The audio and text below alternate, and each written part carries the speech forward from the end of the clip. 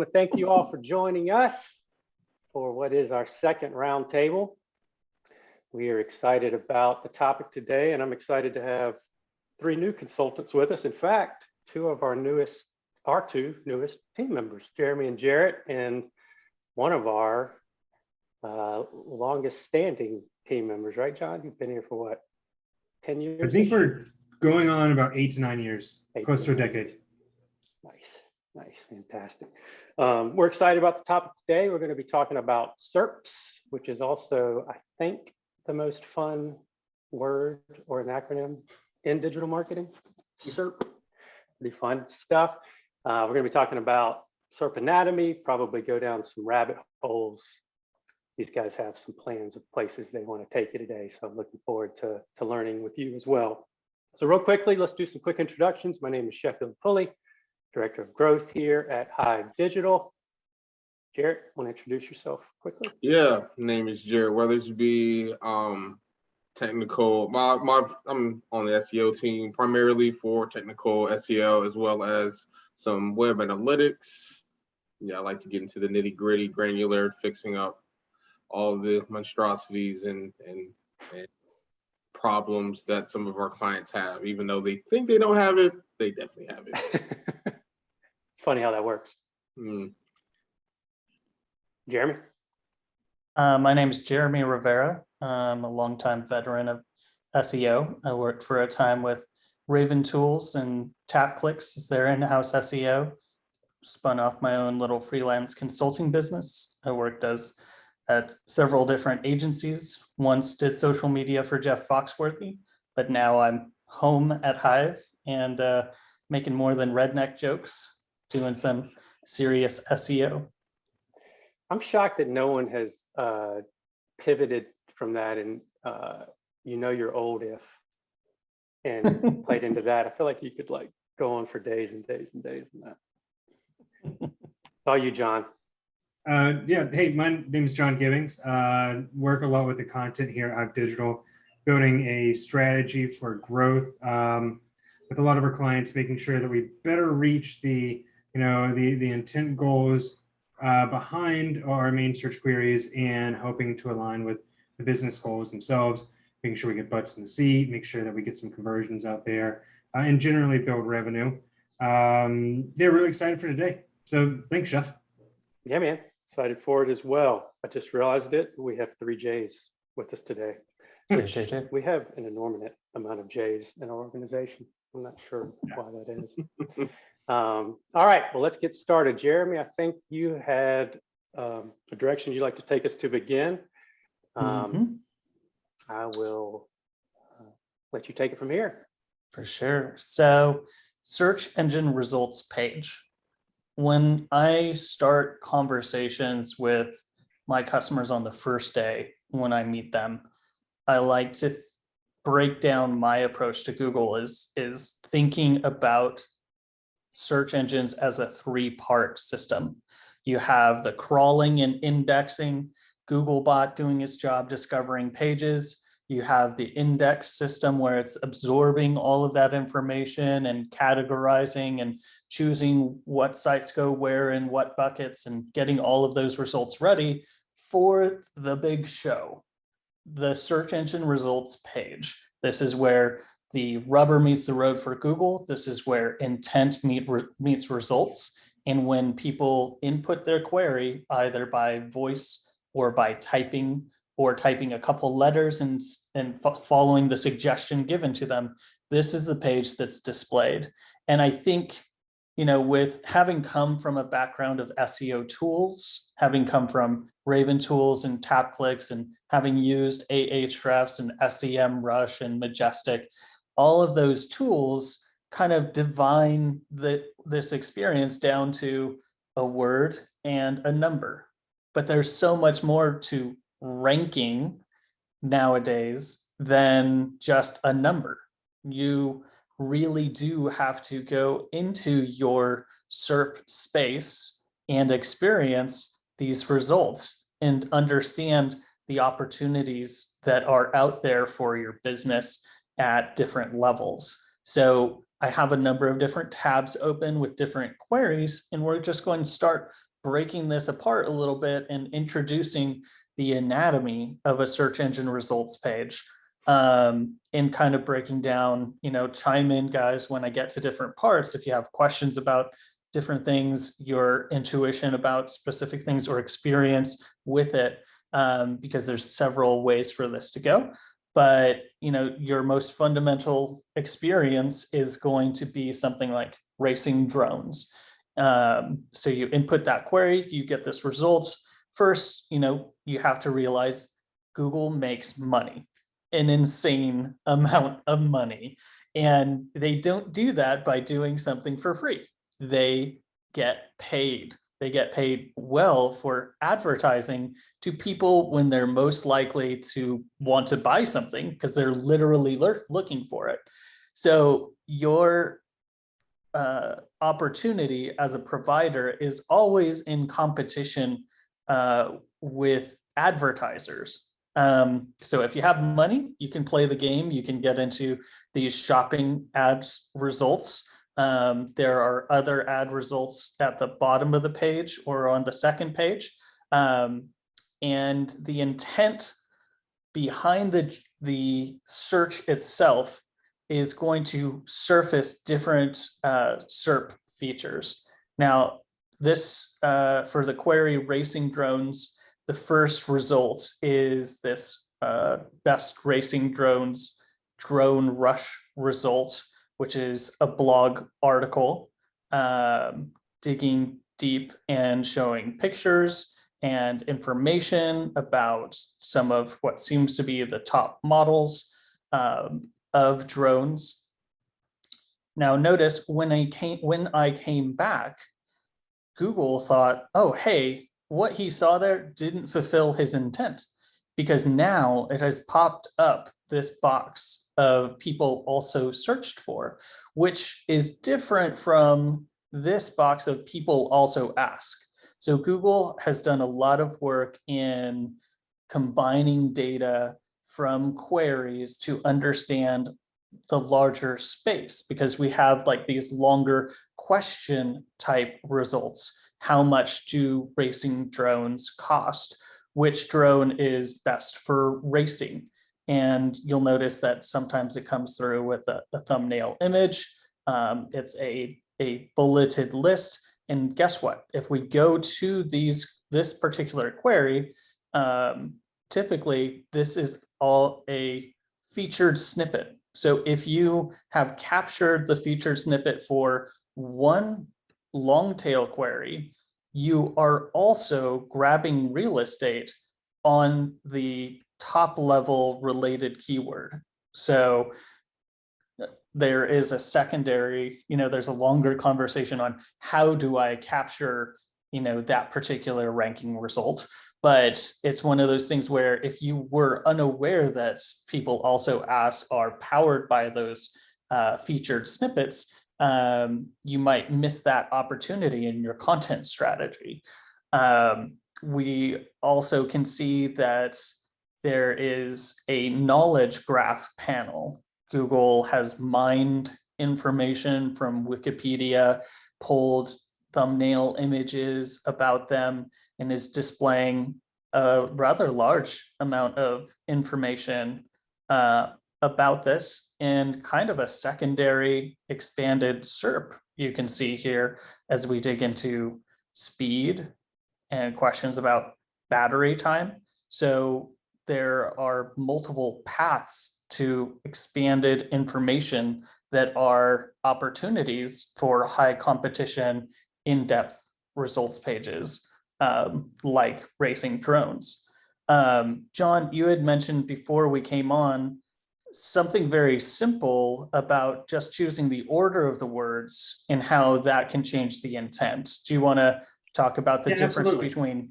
It's really interesting. I was thinking about, okay, you have racing drones, and if you're going in as a drone website, how do you most likely achieve, like the target search query? What do you try and do? And I was looking like from an intent standpoint, you have drone racing and then racing drones. If you look at the two search results, Drone racing is more about the entertainment side and less about the individual drone. So Mhm. immediately you're hit with a bunch of content about drone racing, but not so much about how you pick up a drone and start to drive it, or pilot, whichever. So the intent itself is completely different. And I just found that really kind of as a standout query and kind of a fun one to dive into. Here for racing drones, you specifically start getting into the product queries. What type of racing drone do I want? It's typically someone that knows a little bit about drones because it's not a DIY drone or introduction to drones. It's more about racing drones. These things are fast, they're probably fragile, and you want to see someone driving it with some sort of skill. And one thing that's really interesting too is up at the top on the right, you start to get some of these secondary queries about like the battery life, some of the functionalities behind the products themselves. These are likely individual queries people are looking for. Google has picked up on that. These are the things people are looking for in a fine-tuned machine, and they're trying to show you right here. So you're going to start to do a little bit more research and kind of go into the funnel just from this first page.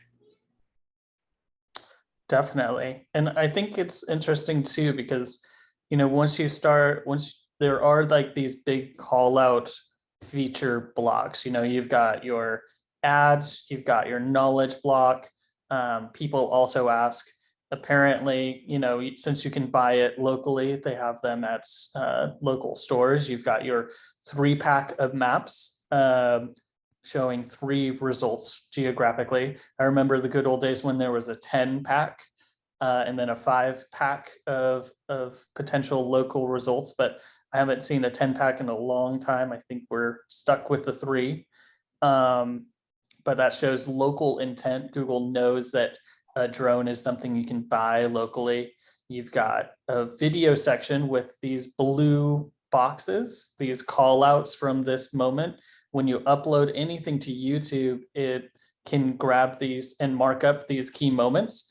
It is interesting to note that if you host your own video, you can grab these key moments with a schema markup, but the majority of the marketplace right now is dominated by YouTube and showing these key moments from videos because people haven't yet adopted that schema approach. But that's kind of what I wanted to point out, is that there are ups and downs to embedding YouTube videos into your page. On the UAV coach, if we go to this page, he has a YouTube video embedded on his page here for Walkera. And if we go back to this results page, we can see that it's actually... And there's no way that's intentional either. The author of that page, I don't think was looking for that. Yeah, they didn't want to advertise, uploaded by Walkera Live. So if you are unaware that when you embed a YouTube video into your page, you're giving visibility on your results page. Now, interestingly, I don't have a good way to show it, but if you did this query on your mobile results, you wouldn't see that text of uploaded by Walkera Live. You would see something much more like this with a thumbnail showing the video. So it's a little bit of a trade-off and an opportunity for you to consider whether you're going to host your own video and embed it in your page, or whether you're going to embed something from YouTube. And as we look at the results page, we can start breaking down to some of the basics of these ordinary results and start thinking about, how does that impact our strategy? So we've got, the URL for the route displayed here, and these breadcrumbs based off of the URL structure of the page. And that's something that's changed in the past few years. A few years back, in order to get the breadcrumb breakdown, you had to add additional markup, either schema markup, rich content markup, in addition to using that breadcrumb structure. now your folder structure for your page displays in that available space, and then it truncates. So it is an opportunity for you to surface in your folder structure additional information to help drive relevance, to help drive that this is the right result that they want to click on, like racing drones, FPV racing drones. In that structure, you've got FPV quadcopter drone systems. So thinking about URL structure impacts your feature, impacts your snippet on the page. You have your title, and I think we all know, we hopefully are aware that Google has been more aggressive in rewriting titles recently. I think, John, you had an example for one of your clients on how titles are getting rewritten. I did. I had a client with a branded an acronym and a couple other phrases. I'm not going to go ahead and throw that out right now, but they started truncating it down to just the acronym itself. And they were trying to lowercase the emboldenment and try and draw the attention more to what the search query is within the page title, as opposed to the long tail branding, which was really interesting to me, where they're trying to refocus the user's attention on what the page is about, as opposed to who is creating it.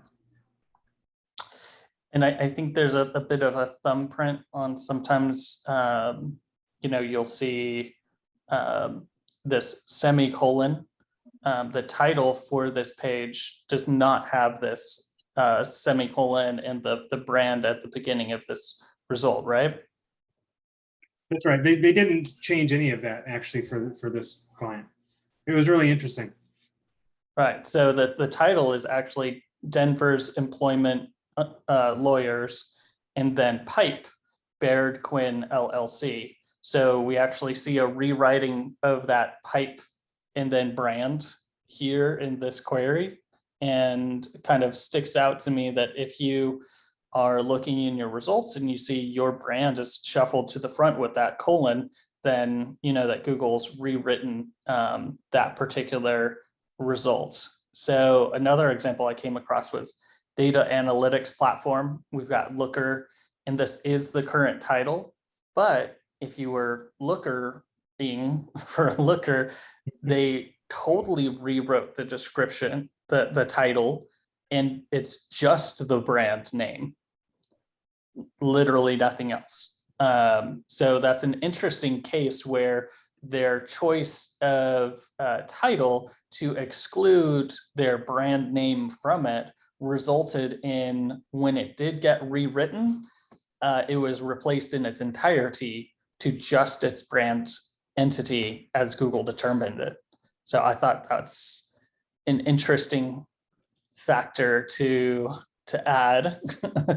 And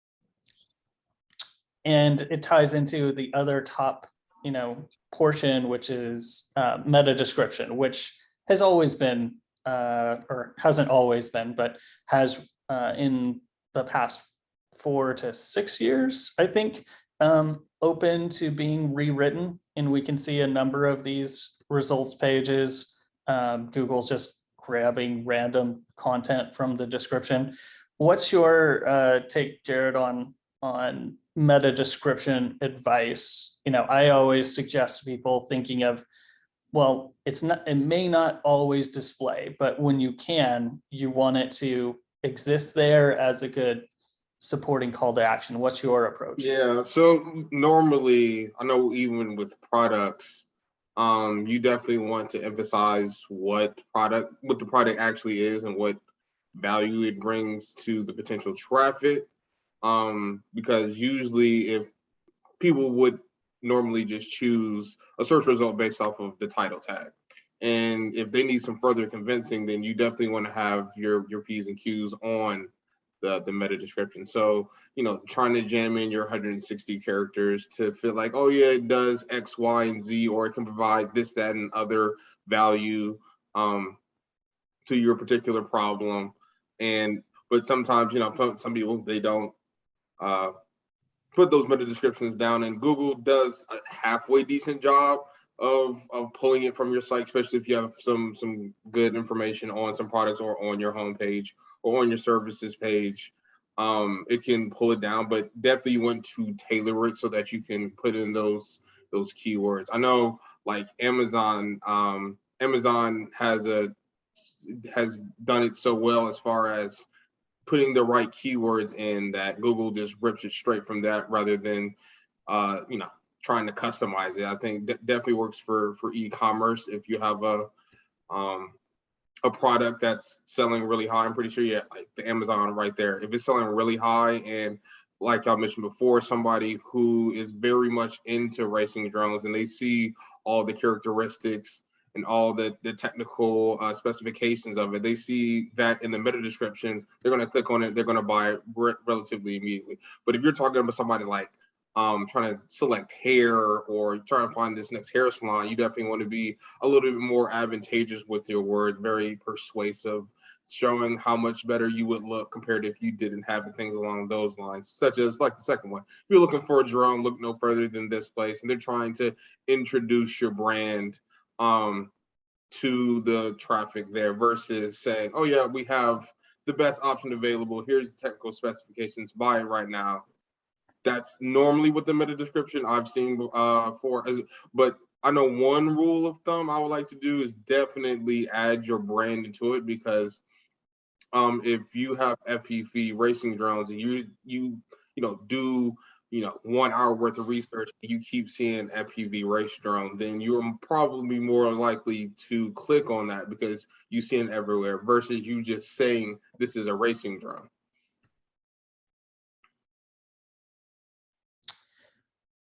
Cool. So just in this result, there's a couple of more interesting features. We've got site links here, which go to sub pages. John, what's your experience with capturing or doing anything specifically to try to trigger these? Because it seems like, oh, this is 5 links instead of 1. So if I can, I would rather have one result with 5 links. So you have any experience in what can lead to some of these additional pages being chosen as your site links? I think it's worth prefacing with the domain diversity update, which was a Google update that rolled out, what was it, 2 years ago, to where a single domain can only have 2 URLs ranking as an organic position in any SERP location. So here we have Amazon. Typically, a domain would only have 2 links. But you've called out to where we have additional opportunities for users to click into the site. We have at the very top, we have some of the featured snippets where if you have a list, you can have a, read more, like that one, which one was best. And you have these opportunities in addition to the site links to ask people or to call them into your site. Now, to answer your question, internal links is one of the best ways to drive these additional site links that are listed here, either in the navigation on your site. If you're directing people to these pages and using anchor text, Google will pick that up. If they start to associate these landing pages and the main features that you offer or the products, then you stand a high chance of having those included next to your site. Very valuable tool. And internal linking is definitely something that tends to be overlooked with websites in favor of backlinks and other external sources of authority. Yeah, I mean, it looks like, Ready to Fly drones, they have this extra navigation by category, and that seems to be, where Google is pulling some of those top 4 off of. So that's a good call out for utilizing anchor text internally. This result is interesting to me because it has a meta description, but then boom, what's this extra stuff? Where's this coming from? It's coming from tabular data. it used to be, 2006 to 2003, 4, 5, 6, 7 to 2012. Most websites were actually a mess of just nested tables. This was before CSS was really a thing or utilized. And, if you wanted to lay out a page, you had tables everywhere. And Google came out and said, no, no, no, that's not what you use tables for. You use tables for data.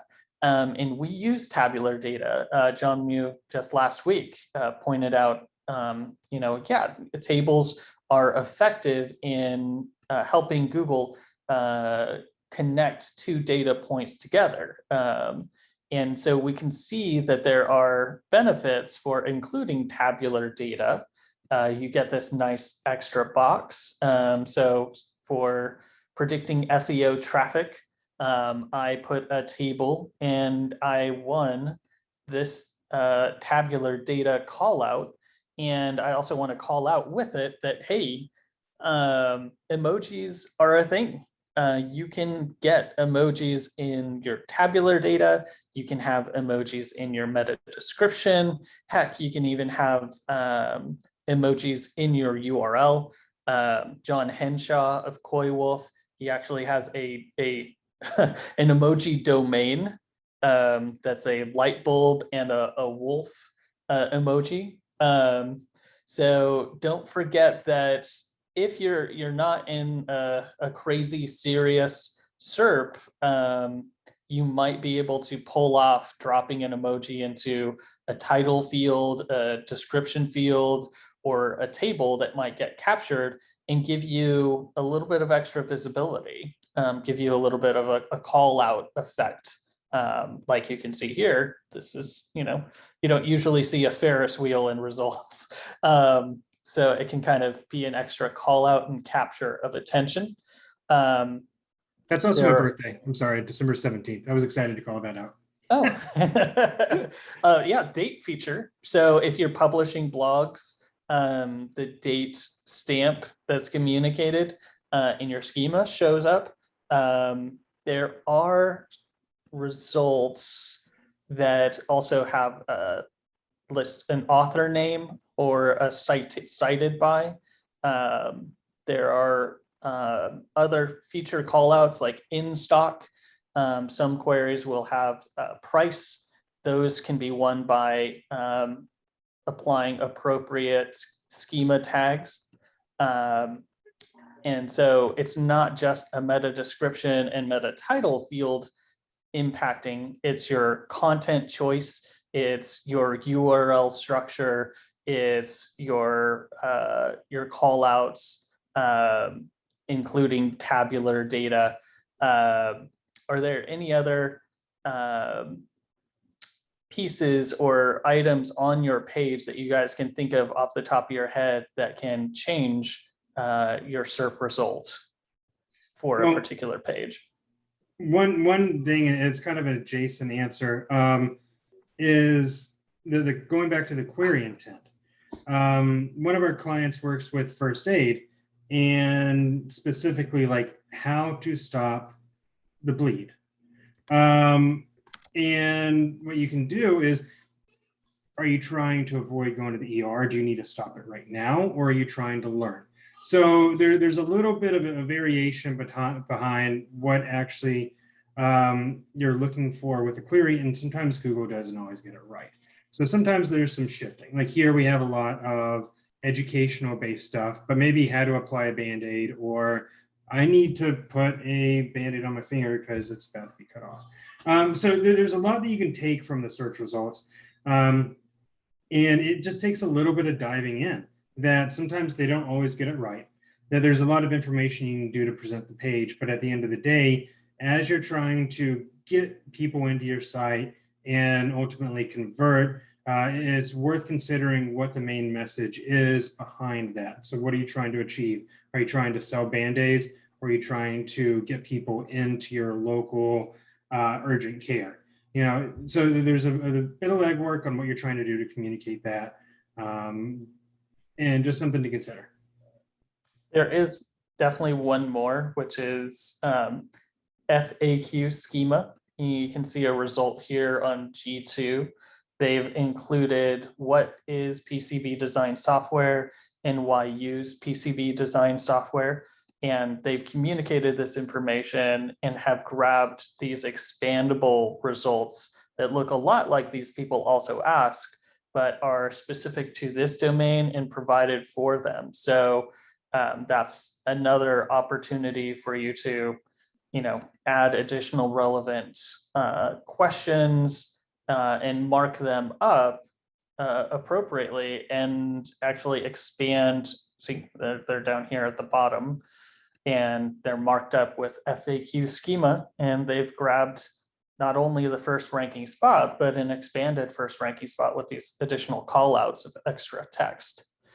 So I think, thinking about the intent of somebody looking for products, and somebody thinking about, SERP results, I want to encourage everyone to treat Google as the ultimate SEO tool. If you go here and you input your target query, what shows up here in the forms it takes are telling you what are the different ways that Google understands that intent. And so you can play along and you can, find ways to, write about speed and battery time or other features. You can try to create relevant additional videos, update your internal links to try to get those call outs. You can add tabular data, FAQs, and mark them up appropriately and gain more results. But it really is, going beyond, just looking at that ranking number and having experience there. And Jarrett, you had a point that you wanted to get across about results pages as well. For sure, yeah, definitely trying to be solely focused on trying to get the #1 position is probably not the best result or a best approach. I would definitely say provide value to the traffic that you're trying to attract with your keywords and your search results, because even if you have the #1 result, does not mean you are going to convert the most out of everybody on the first page. So definitely providing value, definitely providing information, definitely providing what you want to give to your customers, such as maybe a free download to a PDF based off of, some series of questions that need to be answered. That can provide a lot of value for free that could eventually lead to converting to an actual product or service being purchased. I know Chef wanted to, wrap some stuff up. Yep, that was the perfect place to dot the conversation until our next roundtable. This has been fantastic. Anything you guys want to add? Bo, you want to wrap around this discussion before we call it an afternoon? Yeah, just reiterating, go beyond the ranking report and go and explore these results pages. I promise you will come away inspired and intimidated by how much work you have in front of you, but also how much opportunity is out there. There's all kinds of ways for you to show up in those results pages with an open mind. Great. Jarrett, John, anything? Wrap things up? I would definitely want to try to be consistent. I know when creating content, you get the humdrum of, let's just throw it up there rather than, taking your time, putting, your technical on-page things together, making sure you're using the right keywords. If you, make a habit out of it, you won't have to rely solely on trying to find every nook and cranny. Obviously, you want to exploit it as much as possible, but if you're consistent with it, it'll definitely help out in the long run for sure. John, anything? Great, awesome. All right, fellas, this has been fun. Thank you so much. Really appreciate all your efforts. Looking forward to the next time. We will be back with you in a month or so, hopefully a little sooner with a few of our other consultants. We're going to dive into, not sure exactly what we're going to dive into yet. It'll be fun to see. So thank you all for joining us. Hope you have learned a little something or two, and we'll see you next time. Thank you. Uh, Bye.